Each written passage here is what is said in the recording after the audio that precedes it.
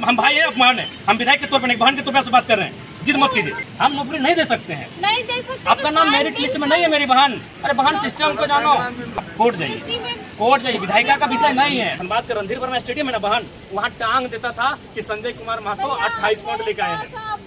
गाँव का सवाल नहीं है, आपके विषय को हमने मदद का सवाल नहीं है। आप हर चीज में जिद कर रही है, जीत के वो विषय होता है। आपका नाम मेरिट लिस्ट में नहीं है बहन। अरे बहन, सिस्टम को जानो। हम छानबीन नहीं कर सकते हैं। बताइए, डीसी मैडम को हम बोल दिए, आपका आवेदन हम डीसी मैडम को दे दिए। तो इसके लिए आप विधि, आप कोर्ट जाइए, कोर्ट जाइए। विधायिका का विषय नहीं है। देखिए, मीडिया लोग भी इनसे पूछे। देखो बहन, एक सिस्टम होता है। आपकी आंसू का दर्द हमें भी है, लेकिन सवाल ये है कि क्या तो हम क्या करें। कोशिश का सवाल नहीं, आपके सामने डीसी से बात की है। हम नौकरी नहीं दे सकते हैं। जोहार, नमस्कार, प्रणाम।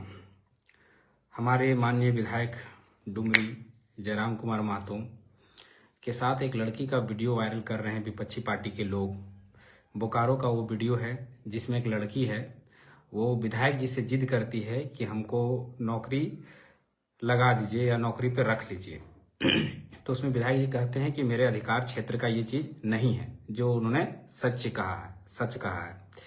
पर कुछ विपक्षी के लोग हैं, जैसे जेएमएम के, आसू के, खास करके जेएमएम वाले, उस क्लिप को काट करके, 30 सेकंड के क्लिप को, 1 मिनट के क्लिप को काट करके उसको मुद्दा बनाया जा रहा है कि उन्होंने कहा था कि नौकरी देने का वादा किया था और अभी नौकरी नहीं दे पा रहे हैं। ये बात सच भी है कि नौकरी का हम लोगों ने वादा किया था, लेकिन क्या वादा था ये उन लोगों ने नहीं बताया। वादा था कि हमारी जेएलकेएम पार्टी की अगर सरकार बनती है तो हम नौकरी देंगे, क्योंकि नौकरी देना सरकार के हाथ में होती है। तो ये इस पे हम बाद में डिस्कस करेंगे। पहले डिस्कस करेंगे कि लड़की का मामला क्या है। देखिए, वो लड़की जो है नावाडीह चंद्रपुरा के एरिया की, मतलब एक पंचायत हमारा पड़ता है डुमरी विधानसभा में, वहां की है।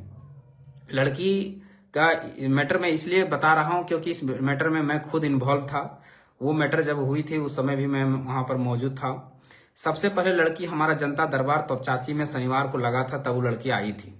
उसका मैटर को मेरे पास ही पहुंचा था। हम लड़की को जानने के बाद कि क्या मैटर है, मैटर था कि लड़की होमगार्ड की दौड़ में शामिल हुई थी बोकारो में। शामिल होने के बाद उसने दौड़ पास किया था और पास करने के बाद वो आगे की प्रक्रिया में भी गुजरी थी। सब प्रक्रिया हुआ था। पर देखिए, कभी भी नौकरी अगर 100 सीटें रहती है तो आपको भी पता है कि 2 गुना उसमें लिया जाता है। मान लीजिए आपने दौड़ पास किया तो दौड़ में अगर 100 सीट है तो 200 लोगों को उसमें शामिल किया जाता है, क्योंकि 100 लोग को कहीं ना कहीं छांटना ही पड़ता है किसी न किसी कारण से।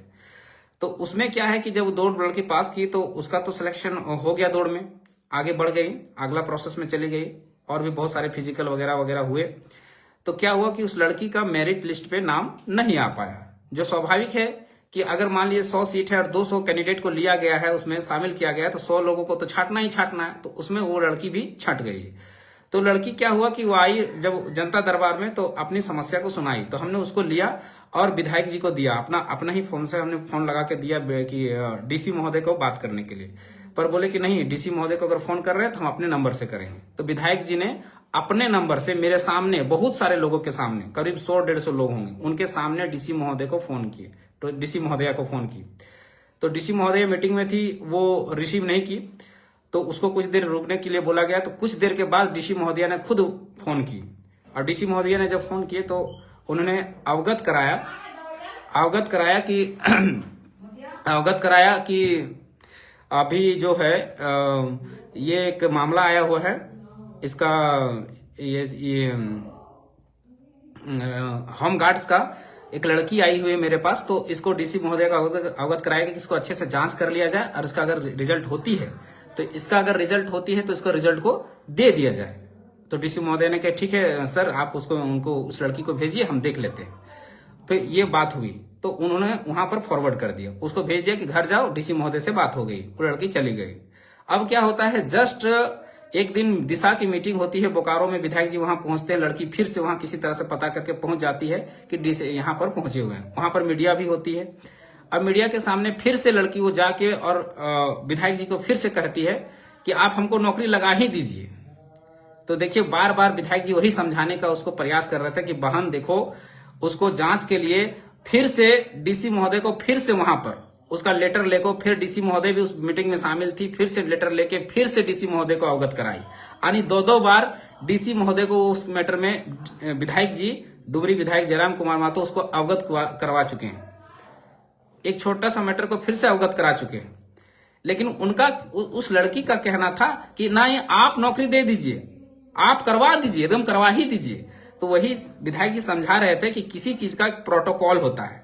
हमने जांच के लिए डीसी महोदय को बोल दिया है कि अगर तुम सही पाई जाती हो तो तुमको रख लिया जाएगा, और अगर मेरिट में किसी कारण से अगर छठी हो तो उसमें कोई प्रावधान नहीं, तुमको फिर से एग्जाम पास करना ही पड़ेगा, फिर से तुमको मेरिट लिस्ट में आना ही पड़ेगा।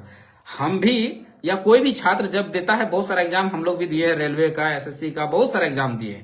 किसी में पीटी क्वालिफाई कर पाते थे, मेंस नहीं क्वालिफाई कर पाते थे, मेंस करते थे, आगे नहीं जा पाते थे, तो मेरिट नहीं बन पाता था। तो इस तरह का कारण हम लोग भी बहुत जगह पे छठे, और उस जगह पे कोई विधायक, कोई इसका पैरवी नहीं काम करता है। वो काम करता है सिर्फ और सिर्फ अपना मेहनत। फिर हम लोगों ने तैयारी किया, फिर दूसरा एग्जाम पास किया, तो ऐसा होता है। अब क्या है कि अब यहाँ मुद्दा ये है कि ये लोग इस बात को मुद्दा बना रहे हैं। मुद्दा क्या बना रहे हैं? जेएमएम वाले खास करके की नौकरी का वादा किए थे, नहीं दे पाए। तो भाई तुम लोग से एक सवाल मेरा है, तुम अगर उत्तर दे पाओ तो बताना। 2019 का चुनाव हुआ, तुम्हारी सरकार बनी, 2024 में भी चुनाव हुआ, तुम्हारी सरकार बनी। दोनों को मैनिफेस्टो में शामिल था कि हमारी सरकार बनेगी तो सबसे पहले 1932 का खतियान लागू करेंगे। वो तो आज तक तुमसे हो नहीं पाया, क्योंकि एक राज्य के लिए सबसे जरूरी जो चीज होता है वो स्थानीय नीति होता है, जो तुमसे बन नहीं पाया। दूसरी बात तो था कि हम नियोजन नीति लागू करेंगे।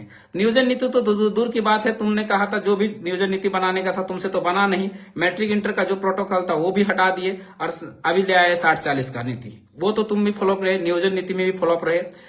उसके बाद तुम्हारी ही सरकार का, तुम्हारी मैनिफेस्टो में हेमंत सोरेन का ही, तुम्हारी ही सरकार में, तुम्हारे गठबंधन के सरकार में ही था कि 5 लाख सरकारी नौकरी का वादा था, जो आज तक 5,000 भी पूरा नहीं हो पाया है। अगर टोटल आंकड़ों के साथ हम बात करें तो 13,000 नौकरियां आप लोगों ने दिया है। अगर चाहिए सरकारी आंकड़े तो मैं दे सकता हूं। वो भी 13,000 नौकरी, सरकारी नौकरी किसकी है? रघुवर दास के कार्यकाल में जो नौकरियां निकाली गई थी, जो आधा अधूरा रह गया था, जो नियुक्तियां अधूरी रह गई थी, उसका है। अगर डाटा चाहिए तो मैं दे सकता हूं। उसके बाद 75% बोला था कि प्राइवेट कंपनियों में सरकार देंगे, हम यहाँ के स्थानीय को देंगे। तो आज तक स्थानीय तो परिभाषित हो नहीं पाया, तो 75% भी तुम लोग दे नहीं पाए। उसके ऊपर से कहे कि मुर्गी पालो, बतख पालो, ये तो सब ट्रेंड में है, तो सब तो जान ही रहे। तो सारे के सारे फ्लॉप। और दूसरी बात, अगर रोजगार देना या नौकरी देना ये जिसकी सरकार रहती उसका काम है, उसका काम होता है, उसका कर्तव्य होता है कि सबसे पहले वो काम करे। लेकिन तुम्हारा ये 5 साल पूरा करने के बाद 6ठा साल चल रहा है, इस टर्म का 6 महीने बीत गए, लेकिन आज तेरा ना स्थानीय नीति बन पाया, ना नियोजन नीति बन पाया, ना 5 लाख नौकरियां हो पाई है, ना प्राइवेट कंपनियों में 75% हो पाया है। यानी सब के सब फ्लॉप। अब बात करते हैं, तुम्हारी सरकार का वादा था कि हर 6 महीने में एक जेपीएससी का एग्जाम होगा, यानी साल में 2 जेपीएससी का एग्जाम होगा।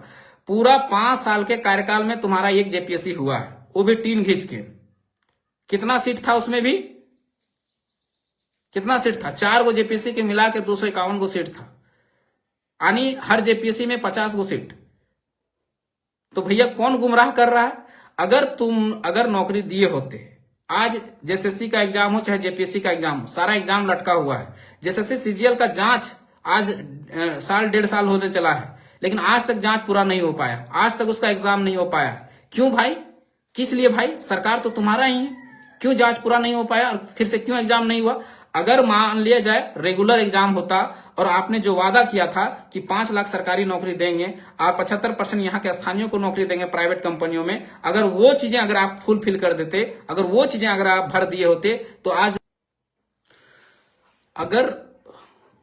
अगर वो नौकरियां अगर मिल गई होती या सरकार सीधी नियुक्ति करती, अगर नियुक्ति करते रह जाती या नौकरी देते रह जाती, तो आज हमारे झारखंड के बच्चों को एक होमगार्ड के बहाली के लिए, एक होमगार्ड के नौकरी के लिए, जो नौकरी के पायदान में सबसे निचले स्तर पर आता है, सबसे नीचे आता है, उसके लिए दर दर की ठोकर खा पा रहा है। इसके लिए जिम्मेवार कौन है?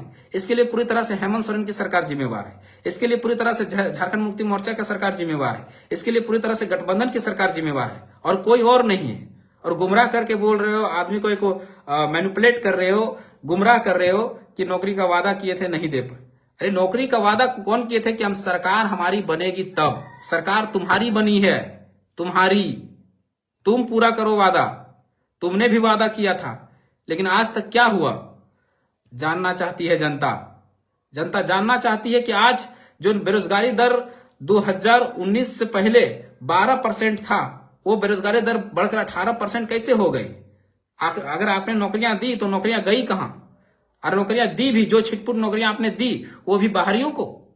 आपने हर बार हम लोगों ने अवगत कराया है कि अगर 100 सीटें निकलती है तो 90 सीट बाहर के लोगों को दे दिया जा रहा है। अगर हो भी रहा है, छिटपुट नौकरियां हो भी रही हैं, तो बाहर के लोगों को। अभी फिलहाल ही एग्जाम हुआ ना, फिलहाल ही जितना एग्जाम हुआ उसका डाटा उठाकर देख लीजिए, सब में तो